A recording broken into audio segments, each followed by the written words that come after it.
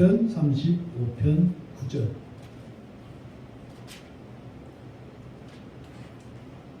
네, 늦게 출발하면 늦게 도착합니다. 알겠죠? 예. 시편 35편 9절 같이 읽겠습니다. 그러면 내 영혼이 주를 기뻐하고 그분의 구원을 즐거워하리이다. 아멘. 그리스도인의 기쁨이란 말씀을 보겠습니다. 오늘 주제가 그리스도인의 기쁨이란 주제로 말씀을 전하겠는데, 성경은 우리에게 항상 기뻐하라 이렇게 말씀하고 있습니다. 인생에서 좋은 일만 계속해서 일어나기 때문에 기뻐하라는 것은 아닙니다. 우리의 기쁨의 원천, 근원은 어떤 외부적인 사건이 아닙니다. 우리의 기쁨은 우리 자신에게서 나는 것이 아닙니다. 로마서 15장 1절 3절에 그렇게 기록을 하고 있습니다. 그러므로 우리 강한 자들은 약한 자들의 연약함을 담당해야만 하며 우리 자신을 기쁘게 해서는 아니 되느니라. 1절에 그렇게 말씀하시는데, 주님은 우리 자신을 기쁘게 해서는 아니 된다고 말하고 있습니다. 자, 기뻐하라 해놓고는 또 아니 된다. 이 말씀 여러분들이 얼마나 받아들일 수 있는지, 얼마나 이해할 수 있는지 모르겠습니다. 성도들은 자신에 대해서는 언제나 자기 부인, 자기 십자가뿐입니다. 자기 자랑, 자기 영광, 자기를 높이는 것, 자기 확신, 자기를 기쁘게 하는 것, 자기를 신뢰하는 것 모두 악한 일임을 알아야 됩니다. 로마서 15장 2절 보십시오. 우리 각 사람이 자기 이웃을 기쁘게 하여 그의 유익을 구하고 그를 세워주어야 할지니라. 오늘날 이기주의에 충만한, 팽만한 오늘을 사는 젊은 사람들에게 이 말이 무슨 말인지 이해하기는 쉽지 않으리라 생각을 합니다. 우리 각 사람은 자기 이웃을 기쁘게 하여 그의 유익을 구하고 그를 세워주어야 합니다. 우리 각 사람은 누가 내게 행한 대로 해주는 사람들이 아닙니다. 내가 내게 행한 대로 되갚아주는 것은 세상 사람들의 삶의 방식이요 그들의 철학이라고 볼 수 있습니다. 그리스도인들의 삶의 방식은 누가 내게 해주기를 바라는 모든 것을 그대로 내가 그에게 해주는 것입니다. 이것이 율법이요 대언자들입니다. 마태복음 7장 12절에서 그러므로 무엇이든지 사람들이 너희에게 해주기를 바라는 모든 것을 너희도 그들에게 그대로 하라. 이것이 율법이요 대언자들이니라. 오전에도 동일한 말씀을 전했습니다만, 얼마 전에 일요일날 저희 집사람하고 이렇게 산책을 하고 집에 돌아오다가 우리 찬양의 아빠를 만났습니다. 근데 우리 집사람이 주일날은 좀 일찍 와서 가족들하고 좀 어울리지 어떻게 교회도 가까워 나가면서 이렇게 늦게 오느냐. 그래서 제가 이제 헤어지면서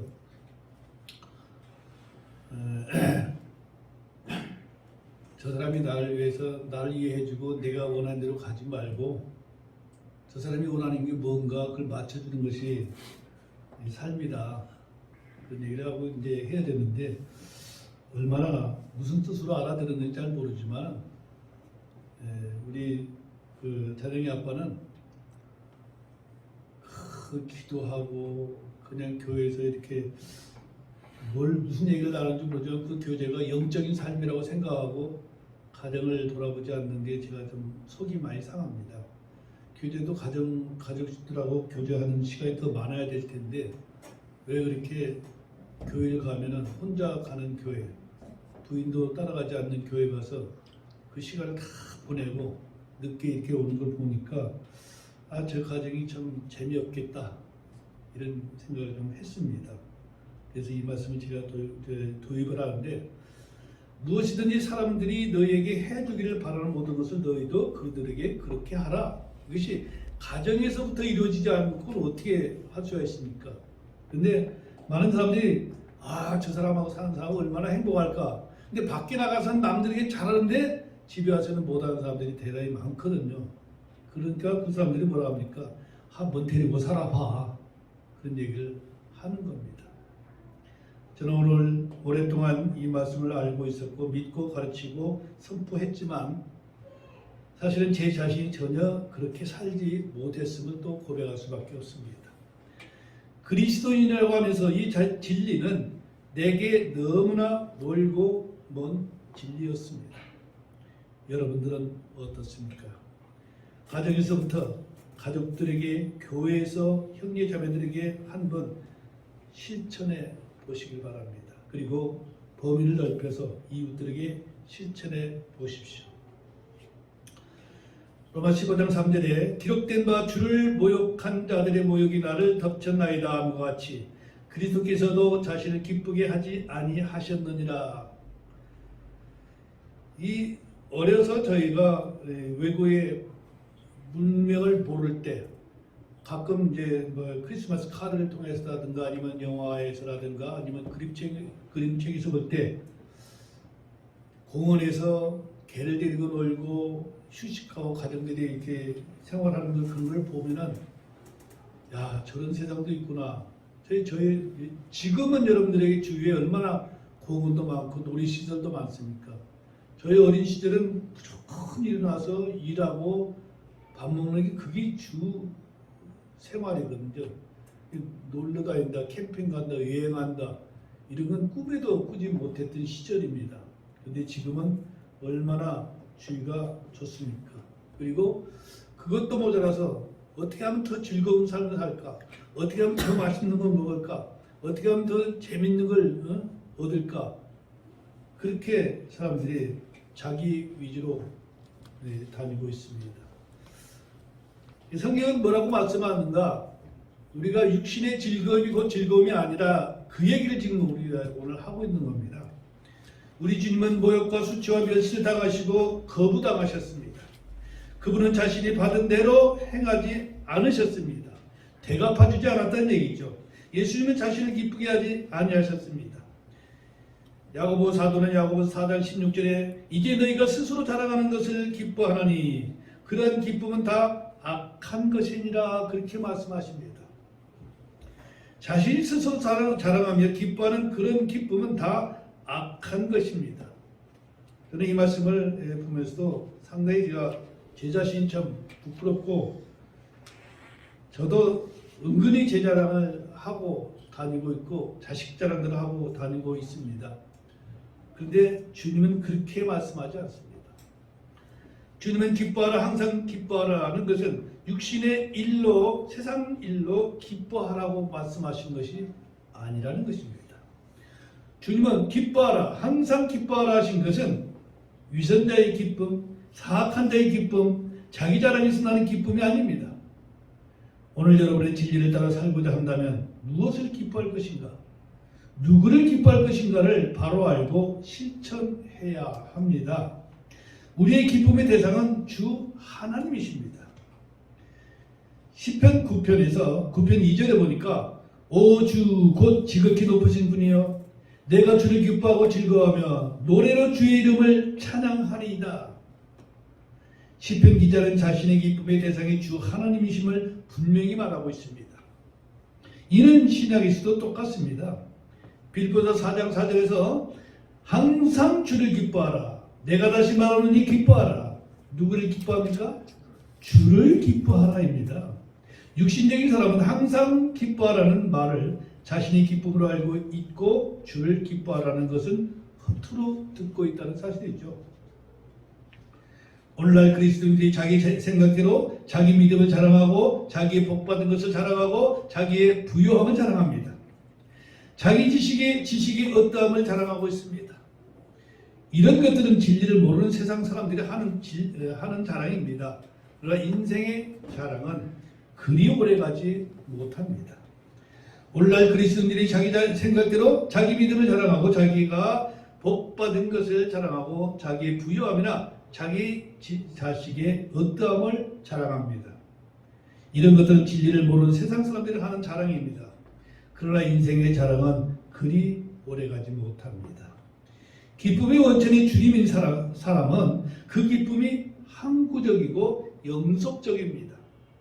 주님이 나의 기쁨이라면 그 기쁨은 소멸되지 않습니다.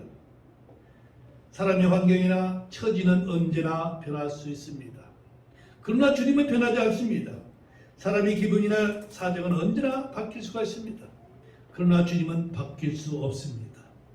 주님은 살아계시는 하나님이시오 영원토록 변하지 아니하실 분이라고 다니엘서 6장 26절에 말하고 있습니다.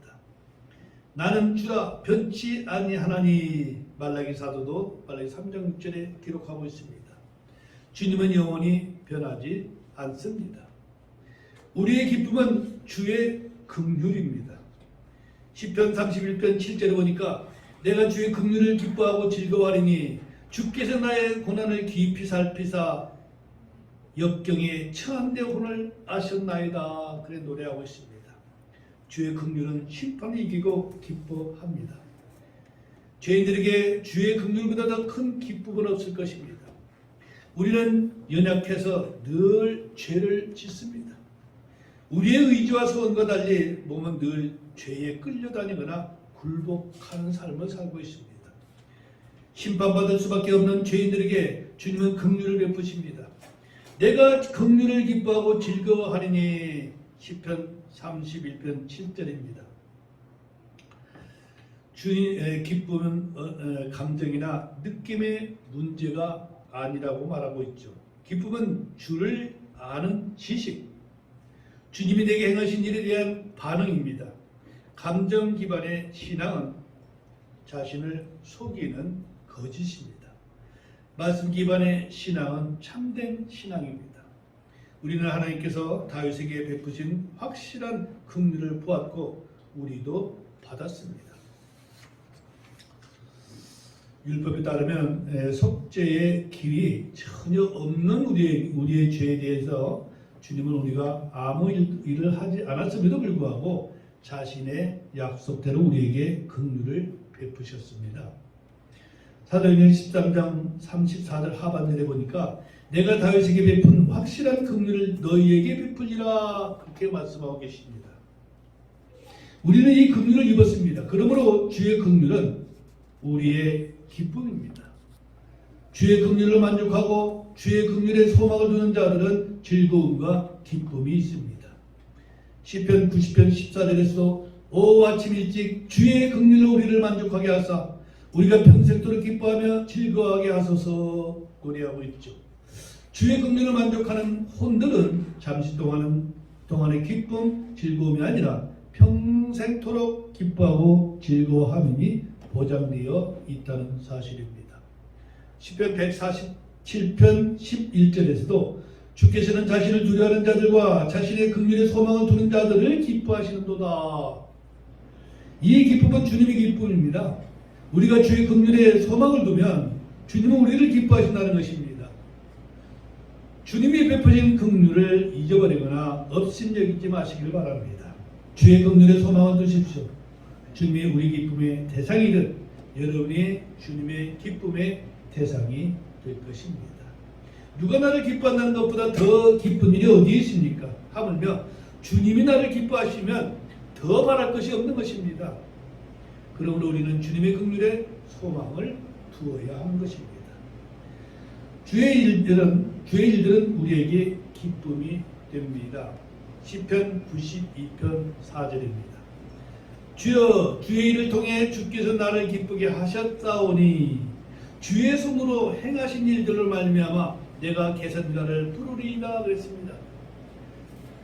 여러분들은 주님이 여러분을 기쁘게 주셨다는 것을 알고 있습니까? 아니면 무엇이 주님이 나를 기쁘게 하셨는가 생각해 보신 일이 있습니까? 다윗은 주님이 자기를 기쁘게 하셨다라고 노래하고 있습니다. 우리는 주께서 행하신 일들을 기억해야 하고 선포해야 하고 대대로 전해야 합니다. 주께서 행하신 일들을 잊어버린 자는 멸망을 합니다. 주님은 친히 행사하시는 일을 통해 자신의 위대하심과 강한 손을 보여주고 계십니다. 주님은 친히 행하신 일들을 통해 주의 들어오심을 알게 해주시고 믿게 하십니다. 성경의 시편은 노래로 주와 주의 행하신 일들을 자신들과 자기 자녀들에게 가르치기 위해 지어진 노래들입니다. 백성들이 주와 주께서 행하신 일들을 잊지 않도록 노래를 지어 계속 부르게 한 것이 바로 시편입니다. 성경은 말씀합니다. 주께 감사하며 그분의 이름을 부르고 그분께서 행하신 일들을 백성들 가운데 알지어다. 역대상 16장 8절에 말씀하고 있습니다. 이 명령에 따라 주의 이름을 부르고 그분께서 행하신 일들을 알리는 일이 우리의 사역입니다. 교회는 계속해서 이 일을 해야 합니다. 여러분은 반복해서 이 일을 해야 마땅합니다. 시편 44편 1절에서 오 하나님이여 우리 조상들이 주께서 그들의 때 곧 옛 시대에 행하신 일을 우리에게 알려주매 우리가 우리 귀로 들었나이다. 누군가가 전해줘서 다른 사람들이 들을 수 있습니다. 현대 인권주의의 교육을 받은 그리스도인들은 주께서 옛 시대에 행하신 일들을 믿지 않고 부정하고 거부하고 있습니다. 제가 목회를 하고 있지만 많은 목사들도 왜 그들이 목사라고 하는지 저는 잘 모르겠지만 목회자 가운데도 창세기 1장에서 12장까지는 신화나 전설을 짜집게 한 것으로 생각해서 천지창조나 에덴의 낙원이나 생명나무, 선악을 알게 하는 나무, 아담과 이브, 하나님의 아들들, 거인들의 존재, 노아의 홍수 등은 모두 꾸며낸 이야기처럼 생각하고 있는 사람들이 많다는 것입니다. 도대체 무엇을 믿고 무엇을 설교하는지 모르겠습니다. 이런 것을 문자적, 역사적 실제 사건으로 믿는 이들을 한심한 것처럼 생각하는 이들도 대단히 많습니다. 주가 알려주지 않으면 들을 수 없습니다. 우리는 이런 사실을 알려주어야 할 의무가 또한 주어져 있습니다. 시편 66편 5절에 와서 하나님께서 행하신 일들을 보라. 그분은 친히 사람들의 아이들에게 행하시는 것으로 인해 두려운 분이시로다 했습니다. 하나님께서 행하신 일들은 어디서 어떻게 봅니까? 성경 기록들을 통해 믿음으로 볼 수가 있습니다. 주님이 행하신 일들은 자연 만물에만 있는 것이 아닙니다. 그분은 친히 사람들의 자녀들에게 행하시고 우리 속에서 일하십니다. 우리는 두려움과 떨림으로 우리 속에서 일하시는 분을 빛으로, 향기로, 열매로 또 일을 해서 드러내야 합니다. 주님은 우리 속에서 선한 일을 시작하셨습니다. 우리는 우리가 받은 것들을 드러내어 보여주고 증언해야 하는 것이죠. 시편 66편 16절에서 하나님을 두려워하는 모든 자들아 너희는 와서 들으라. 그분께서 내 오늘 위해 행하신 일을 내가 밝히 보이리로다 말씀하십니다. 주님이 내 혼을 위하여 행하신 일이 무엇입니까? 고난을 받으시고 십자가에 못 박혀 죽으시고 부활하신 것입니다. 주께서 내 혼을 위하여 행하신 일을 선포하고 밝히 보이는 것이 복음 선포입니다. 주께서 행하신 일들을 기억하고 주의 모든 일을 묵상하고 주께서 행하신 일들을 이야기하고 그분께서 행하신 일들을 밝히 보이는 것이 우리의 기쁨이고 행해야 할 일입니다. 2000마리가 되는 군단 막이 들렸던 사람이 마귀에게서 풀려난 뒤에 그가 주님을 따르려 했을 때 주께서 허락하지 아니하시고 자기가 당한 일들을 가서 친지들에게 가서 구하라. 주님은 그렇게 말씀하셨습니다. 이것들이 주님께서 우리에게 행하신 일들을 가까운 친척, 이웃, 사람들에게 전해야 될 일입니다. 주님이 여러분들에게 무슨 일을 행하셨습니까? 주께서 여러분들을 구원하셨습니까? 주께서 여러분들의 죄를 씻기 위해서 자신이 피를 흘리셨습니까? 그분이 여러분들을 데려오신다고 약속하셨습니까? 그분의 부활을 여러분들이 믿습니까? 그렇다면 우리가 해야 할 일을 그런 것을 증거하는 일입니다. 자, 마가복음 5장 19절 찾아보겠습니다. 여러분의 성경에서 이 사건은 너무나 잘 알 것입니다. 2000이나 되는 군단 마귀가 들린 그 사람은 얼마나 힘이 셌습니까? 쇠사슬로 묶어도 족쇄로 묶어도 다 풀어헤치고 난동을 부렸습니다. 근데 그 노임을 받은 후에 얼마나 감동을 했겠습니까? 얼마나 주님을 따르고 싶었겠습니까? 근데 그가 하는 일이 주님을 따르는 일이 아니라 주께서 나에게 하신 일이 무엇인가를 친족들에게 알리는 겁니다. 자, 마가복음 5장 19절 같이 읽겠습니다. 시작. 예수님께서 그에게 허락하지 아니하시고 그에게 이르시되 집으로 내 친제들에게 가서 주께서 너를 위해 얼마나 큰 일들을 행하시고 너를 불쌍히 여기셨는지 그들에게 고하라 하시니 그랬습니다. 여러분들이 구원받은 것이 확실하다면, 주님이 어떻게 나를 구원시켰는가 확실하다면, 주님을 따르는 것도 중요하지만 내가 받은 은혜, 내가 당한 것, 그것을 다른 사람에게 전하는 것, 이것이 주님을 기쁘시게 하는 일입니다. 주께서 우리에게 행하신 일들을 세상에 구하는 것이 우리가 해야 할 일입니다. 다음으로 살펴볼 것은 그분의 구원은 우리의 기쁨이요 즐거움이라는 것입니다. 시편 기자는 35편 9절, 오늘 우리가 읽은 말씀입니다만, 그러면 내 혼이 주를 기뻐하고 그분의 구원을 즐거워하리이다. 앞에 사건들이 있지만, 자, 성경에서 반복적으로 나오는 말씀이 이것입니다. 그리하시면 내가 주의 구원을 기뻐하리이다. 여러분이 구원을 받았다면 그 구원을 자랑해야 됩니다. 증거해야 됩니다. 사람들에게 알려야 됩니다. 내가 무엇으로부터 구원을 받았는가? 내가 받은 구원이 주님께서 나에게 보장하시는 게 무엇인가? 또 여러분들은 왜 구원을 받아야 되는가? 시편 9편 14절에서도 그리하시면 내가 주의 구원을 기뻐하리이다. 13편 5절에도 그러나 내가 주의 긍휼을 신뢰하였으므로 내 마음이 주의 구원을 기뻐하리이다. 21편 1절에도 오 주여 왕이 주의 힘을 기뻐하리이다. 그가 주의 구원을 참으로 기뻐하리이다. 이와 같이 주의 구원은 영원한 기쁨의 대상이라는 사실입니다. 사악하고 비뚤어진 세대, 악하고 음란한 세대에서 우리가 기뻐할 일이 무엇이냐고 묻는다면 단연 그분의 구원입니다. 구원자 예수 그리스도와 그분의 구원은 우리의 영원한 기쁨이요 찬양이요 노래라고 말하고 있습니다. 시편 이사야서 25장 9절 말씀을 봅니다. 그날의 사람들이 말하기를 보라 이분은 우리의 하나님이시라. 우리가 그분을 기다렸으니 그분께서 우리를 구원하시리라. 이분은 주신이라. 우리가 그분을 기다렸으니 그분의 구원을 기뻐하며 즐거워하리로다 했습니다. 우리 그리스도인들에게는 이 예언의 말씀이 성취되었습니다. 지금 예수 그리스도를 믿지 않는 유대인들은 큰 환난이 끝날 때나 이 고백을 하게 될 것입니다. 우리가 그분의 구원을 기뻐하며 즐거워하리라는 말씀처럼 여러분은 지금 그분의 구원을 기뻐하고 즐거워하고 있습니까? 이 기쁨이 없다면 그리스도인으로서 우리는 이 땅에서 아무런 기쁨이 없을지도 모릅니다. 예수 그리스도의 구원은 언제나 기쁨입니다. 하박국 대언자는 하박국서 3장 18절에서 나는 주를 기뻐하며 내 구원의 하나님을 기뻐하리라 외칩니다.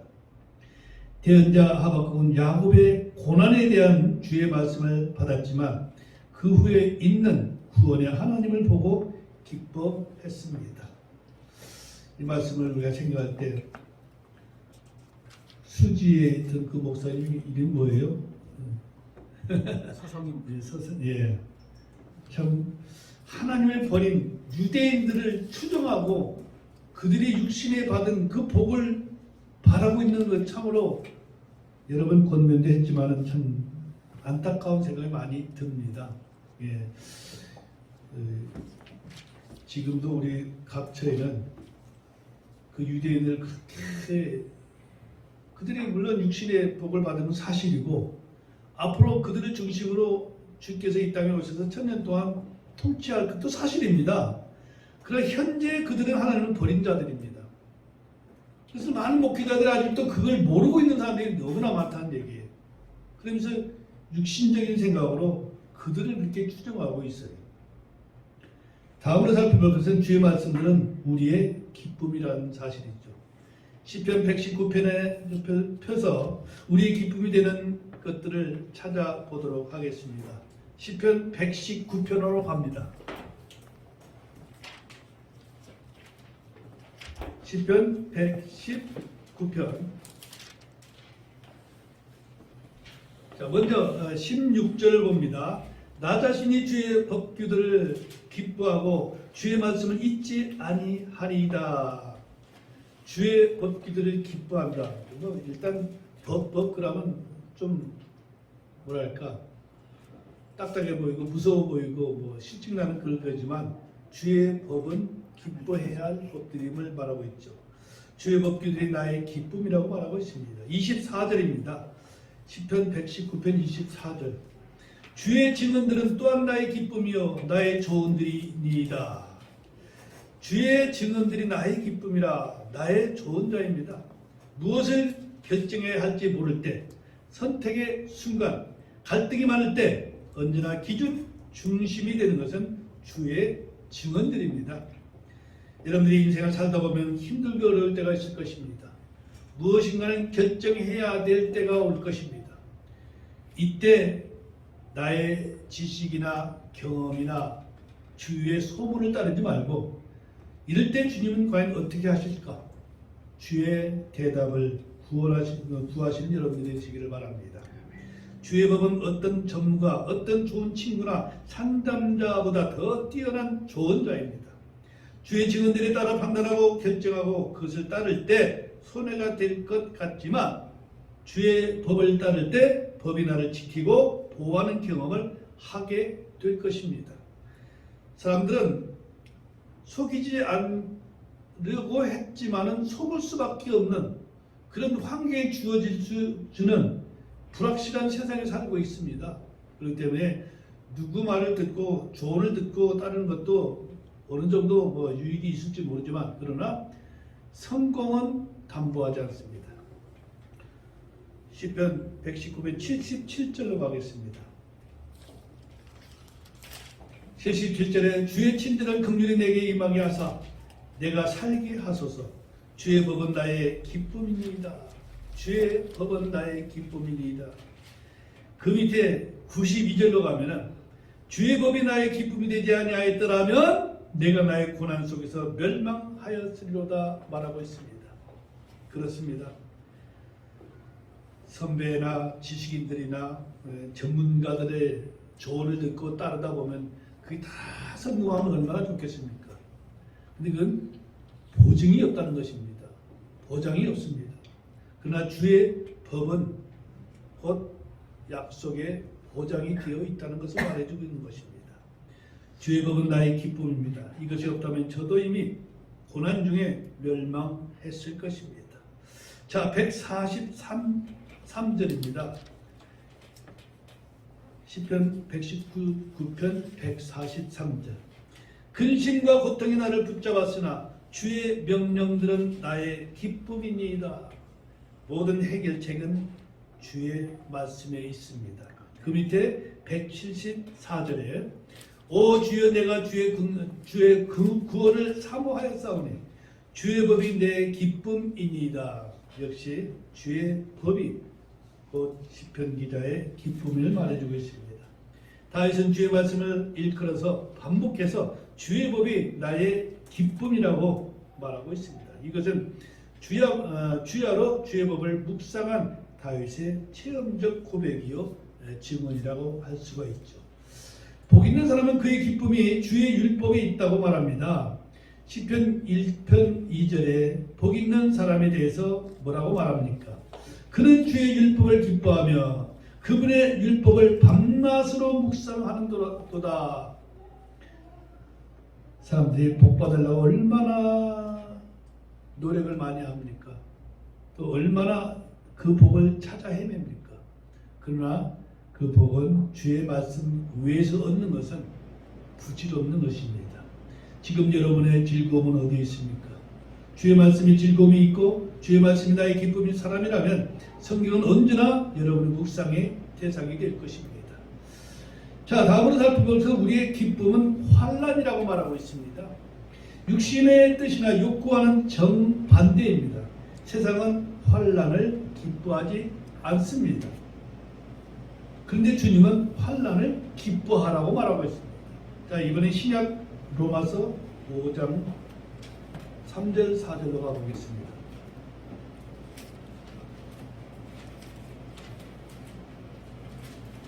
자, 로마서 5장 3절 4절 갑니다.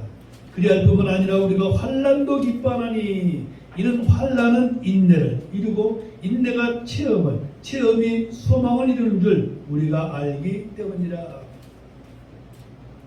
많은 사람들이 사업을 하는 많은 사람들이 실패와 고통과 환난이 없는 그 누구도 성공으로 직행하는 사람은 없습니다. 만약에 그런 사람이 있다면 그것이 성공이라고 인정을 안 할 수도 있습니다. 자연적으로 얻어졌다라고 생각할 수 있습니다. 근데 환난이 반드시 있고 실패가 있으면 그 경험을 토대로 더욱더 노력을 하면 성공을 거둘 수가 있게 되죠. 그래서 실패했다고 좌절하지 말라. 환난을 당했다고 좌절하지 말라. 그 말씀이 바로 오늘 로마서 5장 3절 4절입니다. 그리할 뿐만 아니라 우리가 환난도 기뻐하라니 이는 환난이 인내를 이루고 인내가 체험을 체험이 소망을 이루는 줄 우리가 알기 때문이라. 성도들의 기쁨의 대상이 되는 것 중에 하나가 환난입니다. 이 말은 언뜻 이해하기 어려운 말씀 중에 하나입니다. 그러나 인생의 고난, 환난은 여러 가지 유익이 있습니다. 환난은 인내를 이룹니다. 성도들이 받는 고난은 우리의 마음을 단련하고 열매를 맺고 영원한 영광의 비중을 이룹니다. 자, 마태복음 5장 11, 12절입니다. 이제 마태복음 5장은 팔복이라 이렇게 말을 하고 있는데 복을 받으려면 고쳐야 될 일들이 있죠. 마태복음 5장 11절 12절에 나로 인해 사람들이 너희를 욕하고 모욕하고 핍박하며 너희를 대적하여 거짓으로 온갖 종류의 악한 것을 행할 때에 너희에게 복이 있나니 기뻐하고 크게 즐거워하라. 하늘에서 너희 보상이 크니라. 그들이 너희 전에 있던 대언자들을 이같이 핍박하였느니라. 유대인들에게는 많은 대언자들, 많은 선지자들이 이제 그들에 가서 하나님의 말씀을 전했지만 유대인들은 그 대언자들을 얼마나 핍박을 많이 했습니까? 얼마나 많이 죽였습니까? 우리 주님은 성도들이 받게 될 욕, 핍박, 대적, 거짓으로 온갖 종류의 악한 말을 하는 것을 이끌어서 너희에게 복이 있나니 기뻐하고 크게 즐거워하라 그렇게 말씀하십니다. 하늘에서 보상이 크기 때문이라고 말합니다. 그러나 하늘에 소망이 없는 자들에게는 진리의 말씀이 허망한 소리에 지나지 않을 것입니다. 옛날에 가난하게 살던 때는 내일 일을 생각하지 못할 때가 많이 있었습니다. 그래서 내일은 어찌하든 오늘 살고 보자. 그래서 지금은 뭐 외상거래가 잘 안 되죠, 그죠? 사업가들도 현찰방식을 많이 할 겁니다. 근데 내일 당장 뭐 갚을 어떤 여력도 없고 어떤 보장도 없는데 외상을 집니다. 네. 왜? 오늘 살아야 되니까. 그리고 죽을지언정 뭐 먹고 죽은 뭐 시체는 때깔도 좋다 이런 얘기가 있듯이 그런 시절이 있었고 내일을 생각하지 못하고 오늘 당장 만족을 채우려 하는 그런 일들이 얼마나 많습니까? 더군다나 이 세상도 마찬가지입니다. 하늘의 소망이 없는 사람들, 영원한 생명을 갖지 못한 사람들은 육신의 시대로 끝나기 때문에 내가 육신을 즐길 수 있는 한 즐기자, 할 수 있는 한 다 끌어모으자.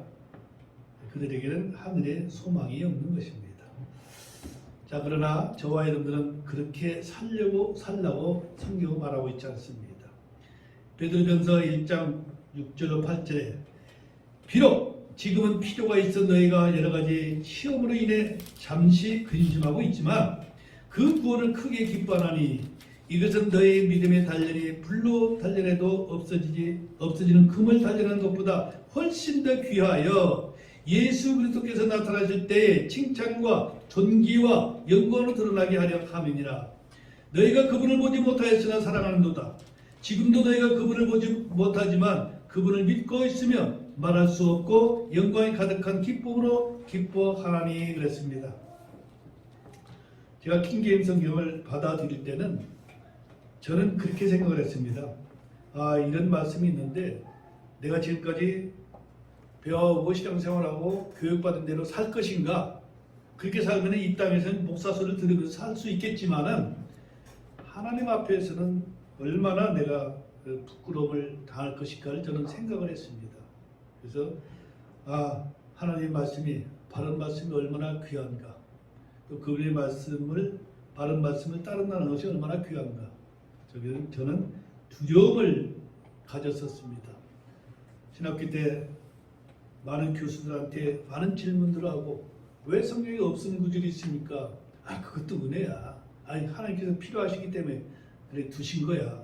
말도 되지도 않은 소리를 제가 많이 들었습니다만은 킹제임스 성경을 만나고 내가 그냥 종기 좋다고 이렇게 목회를 할 것인가, 아니면 내가 하나님 앞에 섰을 때 하나님의 말씀을 가감하고도 하나님의 책망을 안 듣겠는가, 이런 생각을 저는 많이 했었음을 말씀을 드리는 것입니다. 우리는 지금 여러 가지 시험으로 인해서 잠시 근심할 수도 있고 걱정할 수도 있습니다. 그러나 지금 또한 이루 말할 수 없고 영광이 가득한 기쁨으로 기뻐해야 합니다.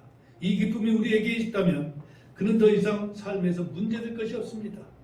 주님은 우리에게 자신의 기쁨을 주셨는데 그 기쁨은 충만한 기쁨이요 큰 기쁨입니다. 여러분들이 느끼지 못하고 감정으로 받아들이지 못할 수 있을지도 모릅니다. 그러나 이것이 얼마나 큰 것인가를 여러분들이 깨닫고 주의 말씀을 따라서 기뻐한 삶을 사시기를 거듭 부탁을 드립니다. 자, 베드로전서 4장 13절에서 또 그렇게 말씀하시네요. 오히려 너희가 그리스도의 고난에 참여하는 자가 되었으므로 기뻐하라. 이것은 그분의 영광이 드러날 때에 너희가 넘치는 기쁨으로 또한 즐거워하게 하려 함이니라. 어떤 그룹이 여러분들이 있다고 합시다. 근데 그 그룹에서 여러분들이 소외를 당했다고 한번 생각해 봅시다. 그 얼마나 씁쓸하고 얼마나 기분 나쁩니까? 마찬가지로 우리가 주님 앞에 갔을 때 주께서 우리를 기뻐하지 아니하신다고 한번 생각을 해보십시오. 주께서 나는 너에게 줄 몫이 없다 라는 말을 들었다고 한번 생각해 보십시오. 그게 과연 기뻐할 것인가?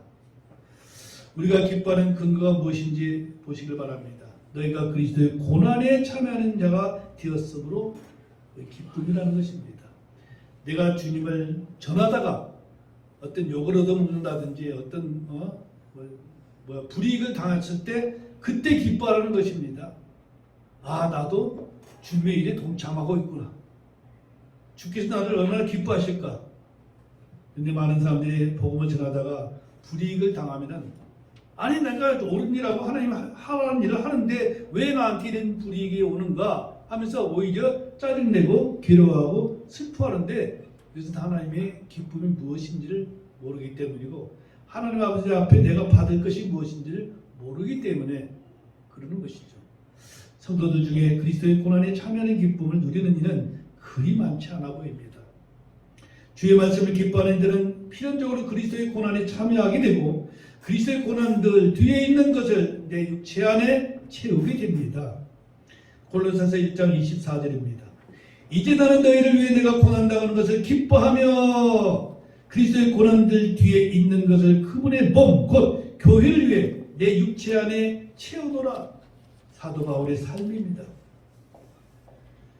사도들은 주를 위해 받는 고난을 기뻐했고 성도들을 위해 받는 고난을 기뻐했습니다. 그들은 지금 받는 고난 후에 주어질 영광과의 관계를 잘 알고 있었습니다. 다음으로 살펴볼 것은 그리스도께서 선포되시는 것이 나의 기쁨입니다. 빌립보서 1장 18절에 그러면 무엇이냐, 그럼에도 불구하고 거치대로 하든지 진실로 하든지 모든 방법으로 그리스도께서 선포되시나니 이로써 나는 그것을 기뻐하고 참으로 기뻐하리라. 바울은 어떤 방법으로든지 그리스도께서 선포되시는 것으로 인해서 기뻐했습니다. 누가 그리스도로 선포할 때 거칠이로 하든지 진실로 하든지 상관없다는 것입니다. 이 말은 저에게는 약간 충격이었습니다. 우리는 목적보다 과정, 동기를 더 중요하게 살핍니다. 그런데 바울은 그들의 동기는 개의치 않고 오직 그리스도가 선포되는 것으로 인해 기뻐하고 참으로 기뻐하겠다고 말하고 있습니다. 바울이 복음을 전하면서 얼마나 많은 어려움을 당했습니까? 그때마다 바울에게 더 큰 어려움을 주기 위해서 저 바울 저거 말이야, 구원자 예수라는 사람은 전에다가 저주경 당하는 거야. 자, 누가 전해졌습니까? 바울이 전해진 게 아니라 그리스도가 전해진 겁니다. 그래서 어떤 방법으로든지 그리스도가 전해지면은 기뻐했다는 것을 말해주고 있는 것이죠. 이것은 감정의 문제가 아니라 의지의 문제입니다. 어떤 이들은 돈벌이를 위해 그리스도를 선포합니다. 어떤 이들은 자기 영광을 위해 그리스도를 선포합니다. 우리는 지금 이런 세대에 살고 있습니다. 교회를 사업장으로 생각하는 이들이 많습니다. 목회를 직업으로 삼고 좀 더 많은 사람들을 모으기 위해 애쓰는 사람들을 많이 봅니다.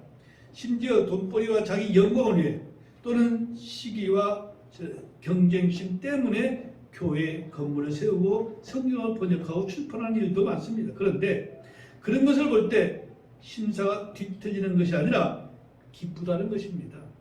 왜 그렇습니까? 그 일로 인해 그리스도가 선포되기 때문입니다.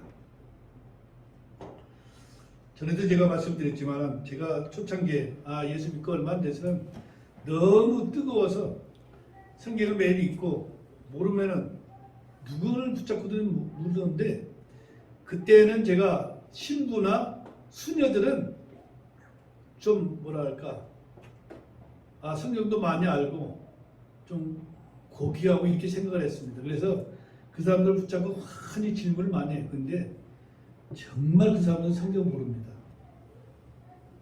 여러분들은 뭐 경험을 안 해서 잘 모르겠지만 저는 그들이 성경을 내가 뭐 알고 싶은 건 다 대답해 줄 줄로 알았어요. 근데 성경 진짜 몰라요. 왜? 종교인들이지 기독교인은 아닙니다. 근데 우리나라에서는 기독교인 그러면은 누구를 칩니까? 천주교를 쳐요. 개신교들은 축에도 못 들어가요. 그걸 저는 경험을 해서 아는 일이지만은 그들은 성경을 모릅니다. 제가 예수를 알지 못할 때 언제 크리스마스 이브 예배 그때는 이제 뭐라고 하죠? 그들이 드린 예배를 미사라거든. 거기 참석을 했었습니다. 근데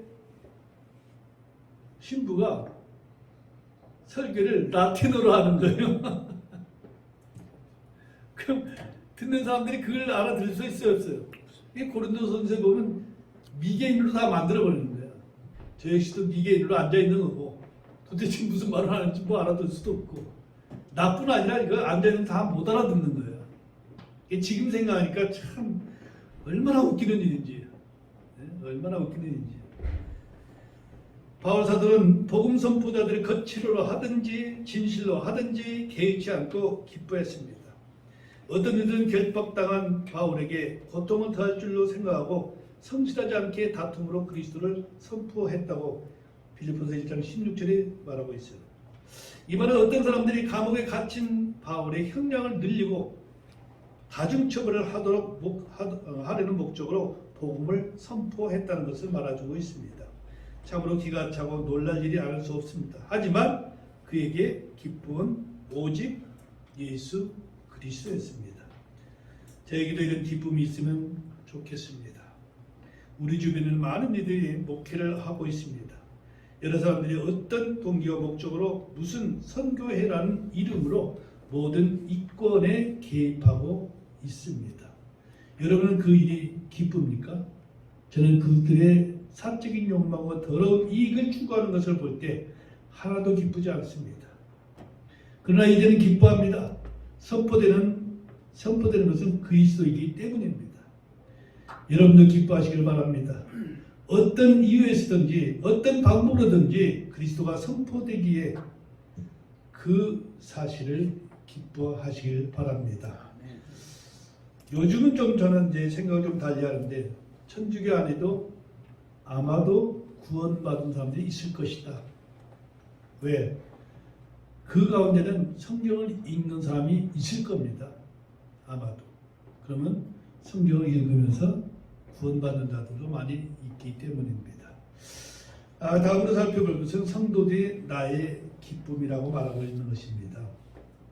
빌립보서 4장 1절에서 바울이 말합니다. 그러므로 지극히 극진히 사랑하는 사모하는 나의 형제들 곧 나의 기쁨이요 왕관인 나의 극진히 사랑하는 자들아 이와 같이 주 안에 굳게 서라.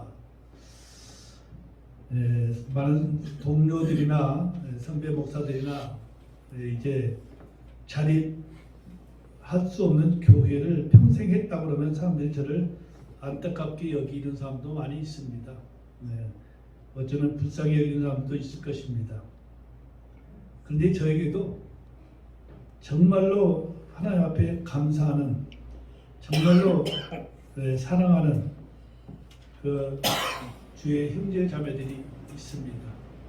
그들을 보면서 저는 나는 결코 헛되이 살지 않았다. 비록 뭐 한 사람 있지 두 사람 있지 이제 수가 적다 하더라도 그런 사람들을 보면서 참 기뻐합니다. 사도 바울이 그렇게 말하고 있는 것이죠. 그러므로 극진히 사랑하고 사모하는 나의 형제들 곧 나의 기쁨이요 왕관인 나의 극진히 사랑하는 자들아 이와 같이 주 안에 굳게 서라. 사도 바울의 형제들을 일컬어 나의 기쁨이요 나의 왕관이라고 했습니다. 그는 복음을 듣고 믿는 형제들이 자신의 기쁨이었습니다. 주 안에서 한 나의 수고는 또한 나의 기쁨입니다. 빌립보서 2장 16절에 생명의 말씀을 제시하나니 이로써 나는 내가 헛되이 다름질하지 아니하고 헛되이 수고하지 아니한 것에 대해 그리스도의 날에 기뻐하리라 했습니다. 사도 바울은 복음을 안 후 평생 주 예수 그리스도를 선포했는데 그는 이 일에 대해 헛되이 다름질하지 아니하고 헛되이 수고하지 아니한 것에 대해 그리스도의 날에 기뻐할 것이라고 말하고 있습니다. 그는 이 일에 대한 보상, 영광을 바라보았고 기쁨이 있었습니다. 여러분과 제가 주의 일을 한다면 결코 부끄러워하지 말고 기뻐해야 합니다. 우리가 하는 일은 헛된 것이 없습니다. 고린도전서 15장 58절에 그러므로 내 사랑하는 형제들아 너희는 굳게 서서 흔들리지 말고 항상 주의를 넘치게 하라. 너희 수고가 주 안에서 헛되지 않은 줄 너희가 아느니라. 우리가 세상에 살아가면서 복음을 전하다가 육신에 소득이 없고 오히려 손해를 입는다고 생각될 때가 있을지 모르지만은 그러나 그렇게 생각해서는 안 됩니다. 하나님의 은혜로 지금의 내가 되었기에 내가 베푸신 그분의 은혜가 헛되지 않습니다. 하나님 불의하지 아니하시기에 자신의 이름을 위해 보여준 행위와 사랑의 수고, 성도들을 섬겨온 것과 또 섬기고 있는 것을 잊지 아니하신다고 히브리서 6장 10절에 말씀하고 있죠. 지금 당장 눈에 보이는 열매가 없다 하더라도 그 수고는 그리스도의 날에 영광과 보상으로 드러날 것이고 기뻐하게 될 것입니다. 자, 이제 마지막으로 나의 죽음이 나의 기쁨입니다. 세상 사람들은 어찌하면 안 죽을까? 몸부림을 치고 정말 오래 샀으면 희귀약은 어디 없을까? 찾아 헤매고 몸부림을 치고 더 오래 살기 위해서 몸부림을 치지만은 그러나 주 안에서 죽는 자들이 복되다고 성경은 말하고 있습니다.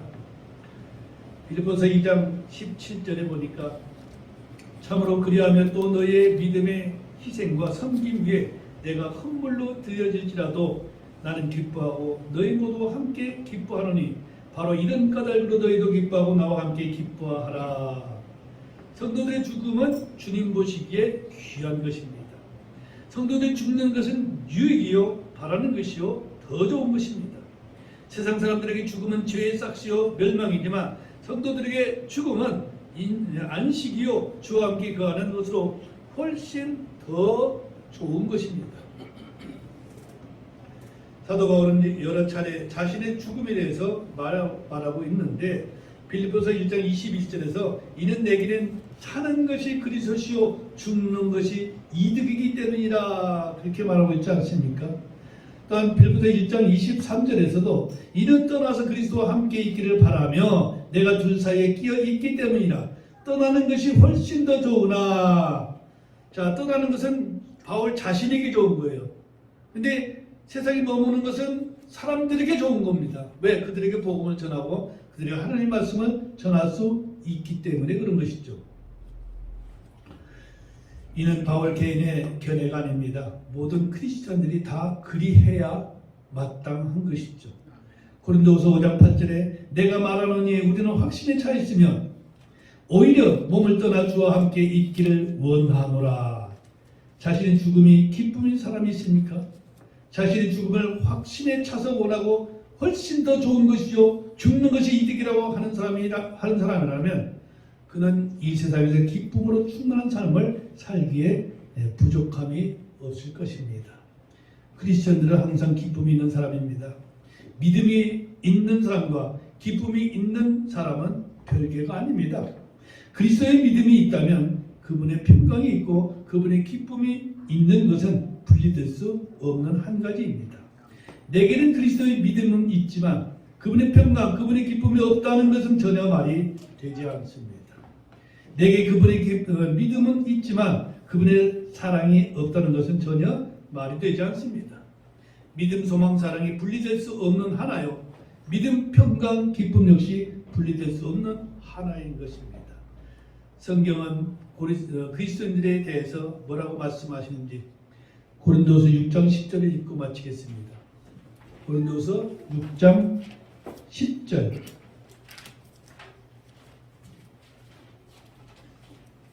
고린도서 6장 10절